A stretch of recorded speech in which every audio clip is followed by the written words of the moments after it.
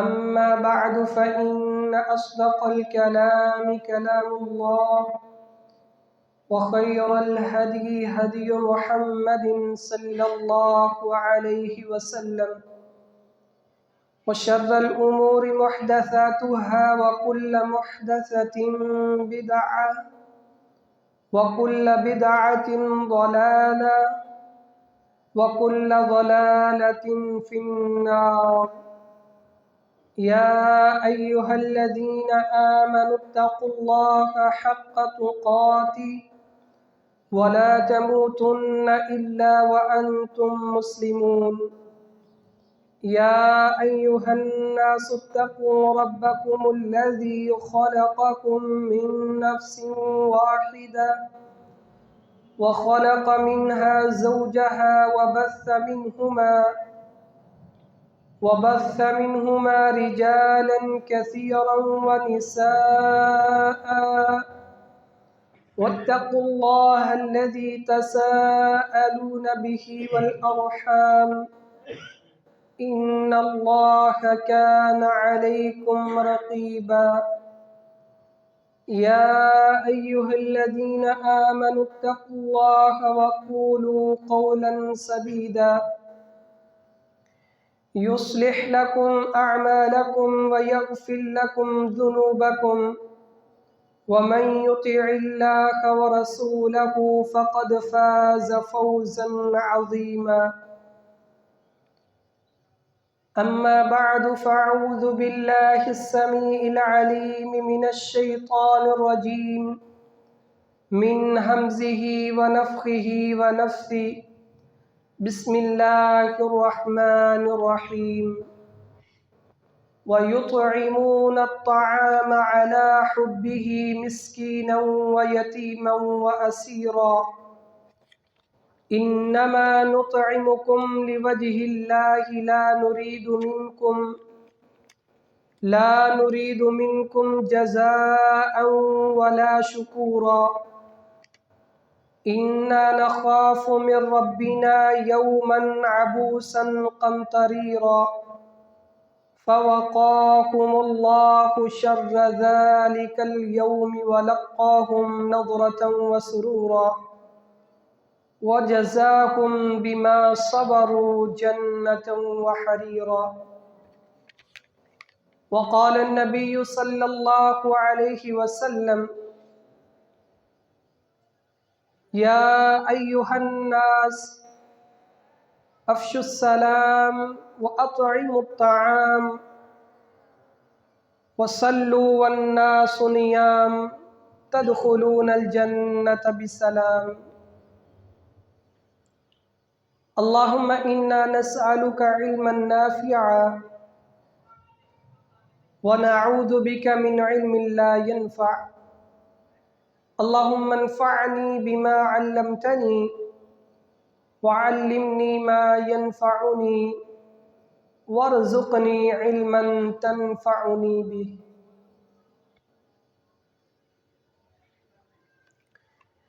ہر قسم کی حمد و ثنا، بڑائی، کبریائی، تحلیلات، تمحیدات، تکبیرات اللہ مالک العلام کے لیے، جو ساری کائنات کا خالق، مالک، رازق، حاجت روا، مشکل کشا ہے، لا تعداد انگنت بے حد و بے شمار درود و سلام کے لائق امام الانبیاء، سید الانبیاء، امام المرسلین والمجاہدین وخاتم النبیین، آپ کے اور میرے ہادی و مرشد جناب محمد الرسول اللہ صلی اللہ علیہ وآلہ وسلم کی ذات مقدسہ مطہرہ کے لیے انتہائی ادب و احترام کے لائق میرے بھائیوں، میرے بزرگوں اور پردے میں لپٹی ہوئی میری ماؤں اور بہنوں،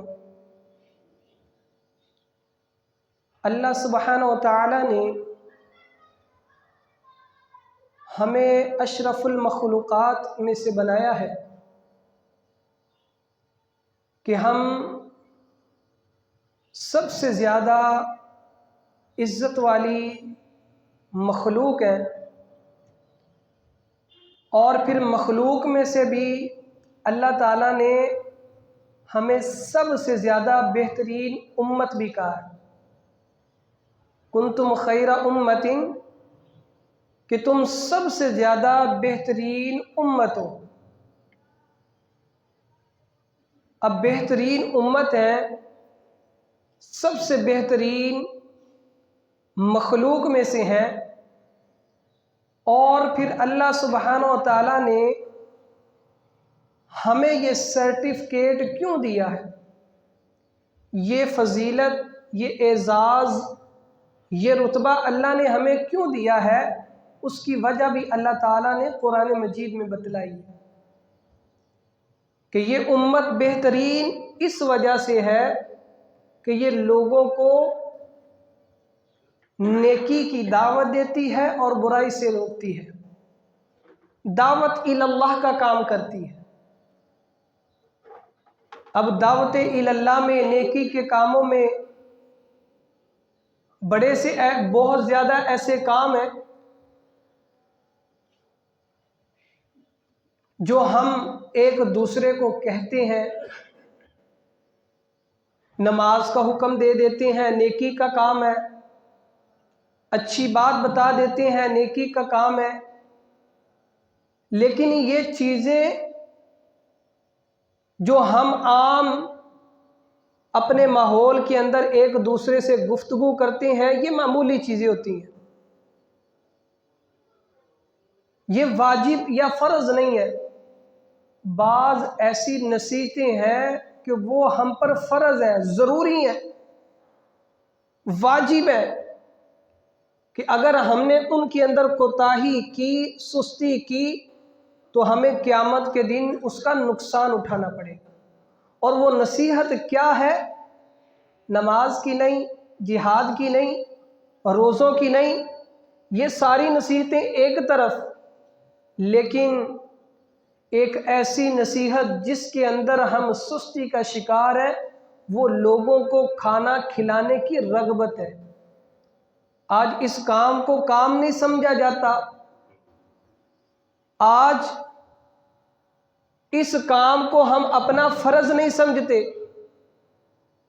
قرآن مجید کے اندر اللہ تعالیٰ نے کھانا کھلانے کا حکم دیا ہے، رسول اللہ صلی اللہ علیہ وسلم نے کھانا کھلانے کی ترغیب دی ہے، حکم دیا ہے۔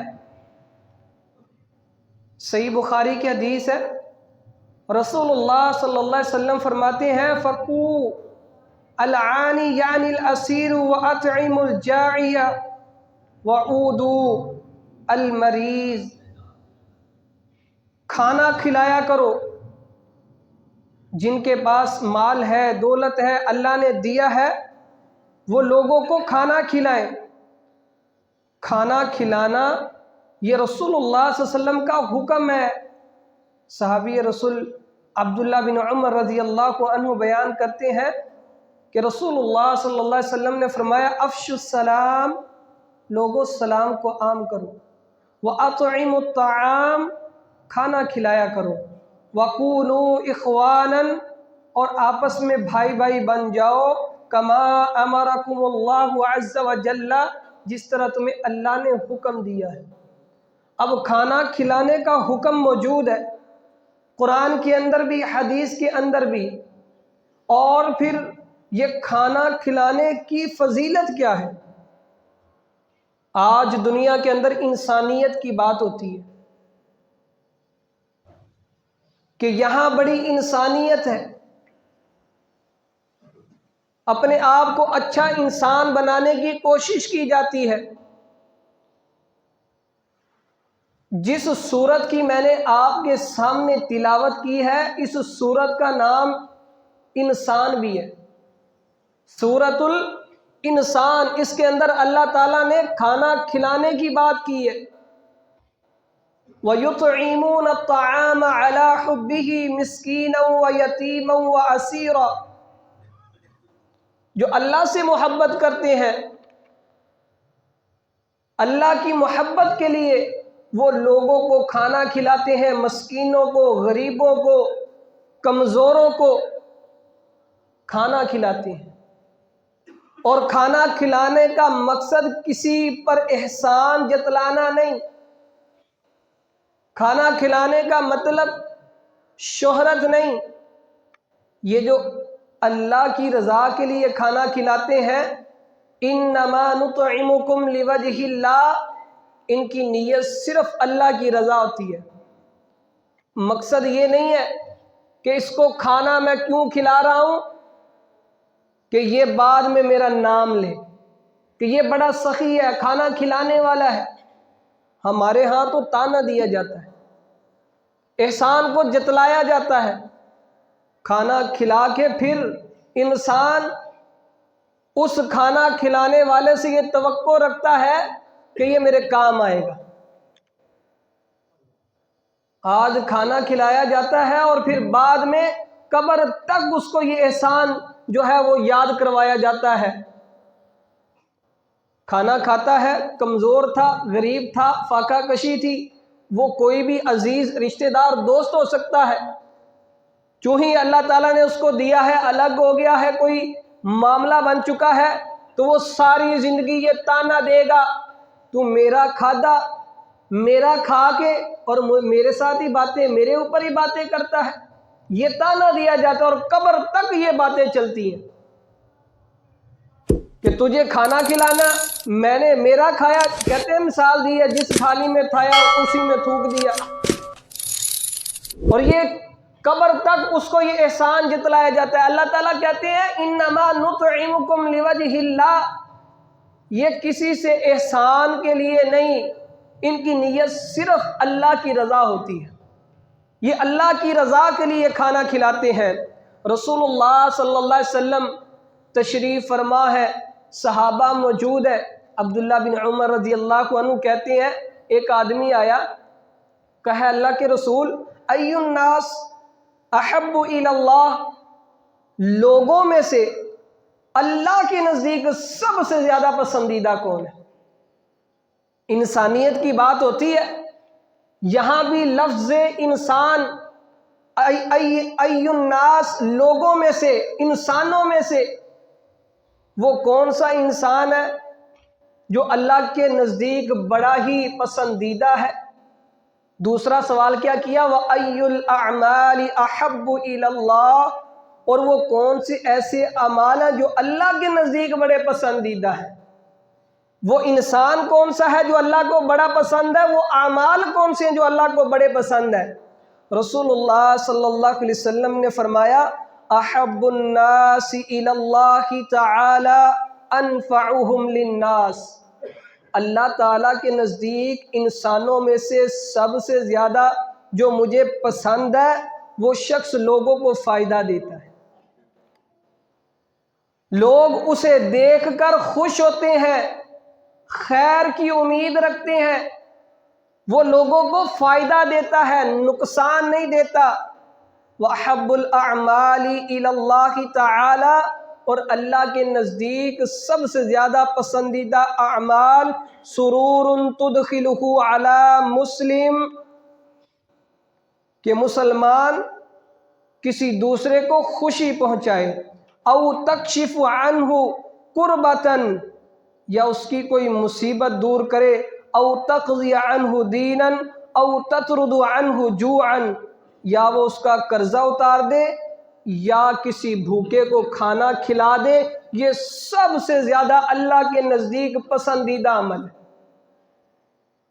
کھانا کھلانا یہ اللہ کے نزدیک سب سے زیادہ پسندیدہ عمل ہے۔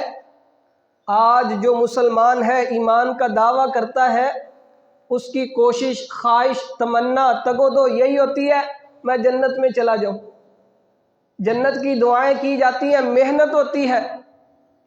رسول اللہ صلی اللہ علیہ وسلم نے طریقہ بتا دیا، اعمال بتا دیے، کر لو گے جنت چلے جاؤ گے۔ صحابہ کرام موجود ہیں، اللہ کے نبی سوال کرتے ہیں آج تم میں سے وہ کون سا شخص ہے جس نے آج روزہ رکھا ہوا ہے؟ کوئی نہیں کھڑا ہوتا۔ ایک صحابی سیدنا ابو بکر صدیق رضی اللہ عنہ کھڑے ہو جاتے ہیں، کہتے ہیں اللہ کے رسول آج میں نے روزہ رکھا ہوا ہے۔ پھر اللہ کے نبی سوال کرتے ہیں آج تم میں سے وہ کون سا شخص ہے جس نے آج کسی مسکین کو کھانا کھلایا ہے؟ ابو بکر صدیق رضی اللہ عنہ کھڑے ہو جاتے ہیں، اللہ کے رسول میں نے آج کھانا کھلایا ہے۔ پھر رسول اللہ صلی اللہ علیہ وسلم پوچھتے ہیں آج تم میں سے وہ کون سا شخص ہے جس نے کسی مریض کی عیادت کی ہے؟ تیسری مرتبہ بھی سیدنا ابو بکر صدیق رضی اللہ عنہ کھڑے ہو جاتے ہیں، اللہ کے رسول میں نے آج مریض کی عیادت بھی کی ہے۔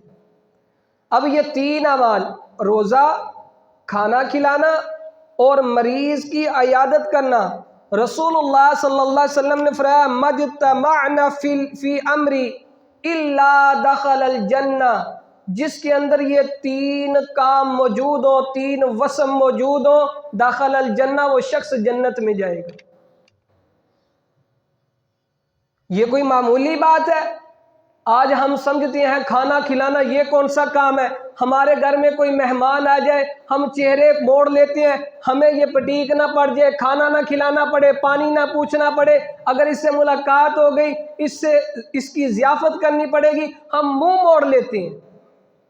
کھانا کھلانے کی بجائے ہم کھانا کھلانے سے روکتے ہیں، دور بھاگتے ہیں۔ رسول اللہ صلی اللہ علیہ وسلم نے کیا فرمایا؟ داخل الجنہ، وہ شخص جنت میں داخل ہوگا۔ اگر آپ کھانا نہیں کھلاتے یہ تو بعد کی بات ہے، اگر آپ ترغیب بھی نہیں دلاتے، واعظ نہیں کرتے، لوگوں کو اس بات کی نصیحت نہیں کرتے کبھی کھانا کھلایا کرو، تو یہ بھی سوال آپ سے ہوگا، اور اگر آپ نے کام نہیں کیا آپ کے لیے جہنم میں جانے کا باعث بن جائے گا۔ جنت میں جانے کی تمنا ہے، خواہش ہے، جہنم سے بچنے کی خواہش ہے، دعا ہے، تگ و دو کوشش ہے۔ رسول اللہ صلی اللہ علیہ وسلم نے فرمایا یہ تین کام کر لو، کھانا کھلا لو، روزے رکھ لو، عیادت کر لو، جنت میں چلے جاؤ گے۔ آج ہمارا کھانا غریبوں کے لیے نہیں ہے، آج ہمارا کھانا مسکینوں کے لیے نہیں ہے، آج ہمارا کھانا غرباء کے لیے نہیں، کمزوروں کے لیے نہیں ہے، آج ہمارا کھانا نہ ہمسایوں کے لیے ہے، آج ہمارا کھانا نہ مہمانوں کے لیے، آج ہمارا کھانا ڈسٹ بن کے لیے، کوڑے کی نظر ہوتا ہے۔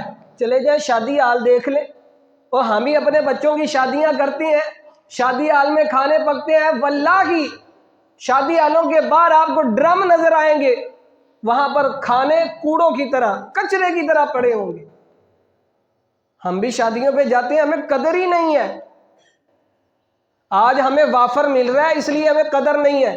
ہم شادی میں کسی محفل میں جاتے ہیں، ہم کہتے ہیں بس بھائی جتنا ڈالنا ہے ڈال لو، کھانا چاہے تھوڑا سا ہو، ضائع زیادہ ہو، اس کی کوئی فکر نہیں۔ ہم کہتے ہیں جی پکڑ لو، دھکڑ لو، سارا چھین لو، اس کے پاس وہ زیادہ نہ چلا جائے۔ حالانکہ شادیوں پہ کبھی کھانا کم نہیں ہوا، الا قلیل، وافر بنایا جاتا ہے۔ 100 بندوں کا پروگرام ہے، بنانے والے کی کوشش ہوتی ہے 150 بندے کا کھانا ہو، کھانا کم بھی نہیں ہو، سب کھاتے ہیں، ملتا ہے۔ لیکن سوچ ایسی بری ہے، ہم کہتے ہیں جی ہم کھا لیں، دوسرا کھائے یا نہ کھائے، دوسروں کی کوئی پرواہ نہیں، میں نے کھانا ہے۔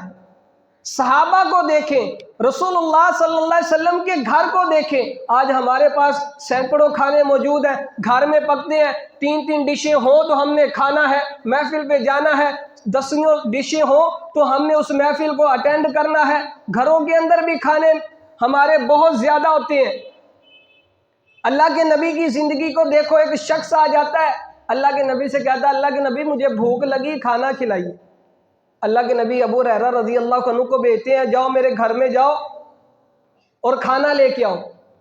ابو ہریرہ رضی اللہ عنہ اللہ کے نبی کے گھر میں جاتے ہیں، 1 میں 2 میں 3 میں، سب گھروں میں جاتے ہیں، جواب کیا ملتا ہے؟ سوائے پانی کے کچھ نہیں ہے۔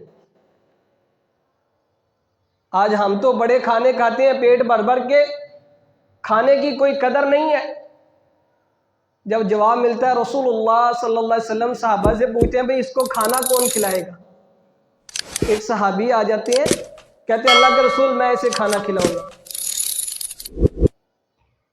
اب اس مسکین کو، اس بھوکے کو یہ صحابی گھر لے جاتے ہیں، گھر جاتے ہیں، اپنی اہلیہ سے کہتے ہیں کہ یہ اللہ کے نبی کا مہمان ہے تو ہمارا بھی مہمان ہے، اس کی آج ہم نے ضیافت کرنی ہے۔ اب اہلیہ کیا کہتی ہیں؟ گھر میں کھانا صرف بچوں کا ہے، بچوں کا کھانا ہے، بچا ہوا کھانا نہیں ہے، نہ خود کھایا نہ اہلیہ کھایا، بچوں کا کھانا پڑا ہوا ہے۔ کہا بچوں کو سلا دو، جب کھانا آگے لگایا جائے گا کسی بہانے سے آپ دیے کو بجھا دینا، ہم ایسے منہ ہلاتے رہیں گے، یہ جو بھوکا مہمان ہے ہم اس کی ضیافت کر لیں گے، اس کو کھانا کھلا دیں گے۔ کھانا کھلانے کا شوق ہے۔ اب یہ صحابی کھانا کھلا دیتے ہیں۔ اس صحابی کو کیا پتا تھا کہ اللہ تعالیٰ نے اس کی اس ادا کو قرآن بنا کر نازل کر دینا ہے۔ اللہ تعالیٰ قرآن مجید میں آیت اتار دیتے ہیں کہ اللہ کے بندے یہ پسند کرتے ہیں لوگوں کو کھانا کھلانا۔ آج ہمیں اس چیز کی ضرورت ہے کہ جب ہم کھانا کھاتے ہیں ہم سوچیں کیا ہمارے عزیزوں میں کوئی بھوکا کمزور تو مسکین یتیم تو نہیں ہے؟ کیا میں کھا رہا ہوں میرے ساتھ ہمسایہ وہ بھوکا تو نہیں ہے؟ ہم سمجھتے ہیں جی ہماری روٹی پوری ہو جائے یہی کافی ہے، ہم پیٹ بھر کر کھا لیں یہی کافی ہے۔ آپ جنت میں جانا چاہتے ہیں، اب اس کے بعد ہماری یہ دعا بھی ہوتی ہے اللہ جنت میں بھیج دے بغیر حساب و کتاب کے، یہ بھی دعا ہوتی ہے۔ رسول اللہ صلی اللہ علیہ وسلم نے یہ بھی طریقہ، یہ بھی اعمال بتا دیے، اگر جنت میں جانا چاہتے ہو بغیر حساب کتاب کے 3 کام کر لو۔ یا ایھا الناس، اے لوگو، افشوا السلام، سلام کو عام کر دو، واطعموا الطعام، کھانا کھلایا کرو، لوگوں کو کھانا کھلایا کرو، مسکینوں کو کھانا کھلایا کرو، یتیموں کو کھانا کھلایا کرو، جو غریب کمزور ہے، ضرورت مند ہے، مزدور ہے، کھانا نہیں کھا سکتے، موجود نہیں ہے، مال نہیں ہے، آپ ان کو کھانا کھلایا کریں۔ تیسرا کام، جب ساری دنیا سو جائے رات کو اللہ کی بارگاہ میں کھڑے ہو کر نماز پڑھ لیا کرے، قیام کر لیا کرے، تدخلون الجنت بسلام، اللہ آپ کو سلامتی کے ساتھ جنت میں داخل کر دے، کوئی تنگی نہیں، کوئی پریشانی نہیں ہوگی، کوئی غم نہیں ہوگا۔ آپ نے کئی مرتبہ یہ سنا ہوگا قیامت کا منظر کتنا ہولناک ہے، لیکن جس کے اندر یہ 3 وصف پائے جائیں، اللہ کے نبی فرماتے ہیں بغیر حساب و کتاب کے اللہ اسے جنت میں داخل کر دے گا۔ اور یاد رکھیں اگر آپ نے کھانا نہ کھلایا بلکہ کھانے کی ترغیب نہ دی، جنتی جنت میں چلے گئے، جہنمی جہنم میں چلے گئے۔ قرآن سے اور دیگر حدیثوں سے پتہ چلتا ہے جنتی سوچیں گے ہمارا وہ دوست نظر نہیں آ رہا، عزیز نظر نہیں آ رہا، رشتہ دار نظر نہیں آ رہا، وہ کدھر ہے؟ اللہ سے سوال کریں گے اللہ وہ کہاں ہے؟ پتہ چلے گا وہ تو جہنم میں ہے۔ فی جنات یتساءلون، یہ پھر اللہ سے کہیں گے اللہ ہماری ان سے بات ہو جائے، اللہ بات کروائیں گے۔ اب جنتی جہنمیوں سے پوچھیں گے عن المجرمین، کافروں سے نہیں، یہودیوں سے نہیں، عیسائیوں سے نہیں، مسلمانوں سے، گناہ گار مسلمانوں سے پوچھیں گے او بھائی ما لکم فی سقر، ہو کیا بنا تمہیں، کس وجہ سے، کس اعمال کی وجہ سے تم جہنم میں آ گئے ہو؟ ما سلککم فی سقر، وہ کون سی وجہ بنی، وہ کون سے کام کر کے آئے ہو جو آج جہنم میں جل رہے ہو؟ اب یہ سب سے پہلے کیا کہیں گے؟ قالوا لم نک من المصلین، ہم نماز نہیں پڑھتے تھے، ہم بے نمازی تھے، نماز کی فکر نہیں تھی۔ دوسرا کام کیا بتائیں گے؟ وَكُنَّا نُطْعِمُ الْمِسْكِينَ، ہم مسکینوں کو کھانا نہیں کھلاتے تھے۔ وَكُنَّا نُطْعِمُ الْمِسْكِينَ، ہم مسکینوں کو کھانا نہیں کھلاتے تھے۔ وَكُنَّا نَخُوضُ مَعَ الْخَائِضِينَ، آج بڑی میٹنگیں ہوتی ہیں، ہم نے کہیں محفل کرنی ہو ہماری میٹنگ ہوتی ہے، کوئی کام کرنا ہو، تجارت کرنی ہو، کاروبار کرنا ہو، میٹنگ ہوتی ہے، بیٹھتے ہیں اکٹھے، بیٹے کی شادی کرنی ہے مل بیٹھ کے میٹنگ ہوتی ہے، لیکن کھانا کھلانے کی کوئی میٹنگ نہیں، کوئی پروگرام نہیں، کوئی واعظ نہیں، کوئی نصیحت نہیں۔ قرآن مجید میں اللہ تعالیٰ کیا کہتے ہیں؟ وَكُنَّا نَخُوضُ مَعَ الْخَائِضِينَ۔ جہنم میں جانے کی وجہ کیا تھی؟ کہ یہ کھانا، مسکینوں کو کھانا کھلانے کی ترغیب نہیں دیا کرتے تھے، کسی کو کہتے نہیں تھے۔ اللہ تعالیٰ سے دعا ہے اللہ ہمارے اندر لوگوں کو کھانا کھلانے کا شوق پیدا کر دے۔ اللہ تعالیٰ ہمیں ہر برے عمل سے محفوظ فرمائے۔ وآخر دعوانا ان الحمد للہ رب العالمین۔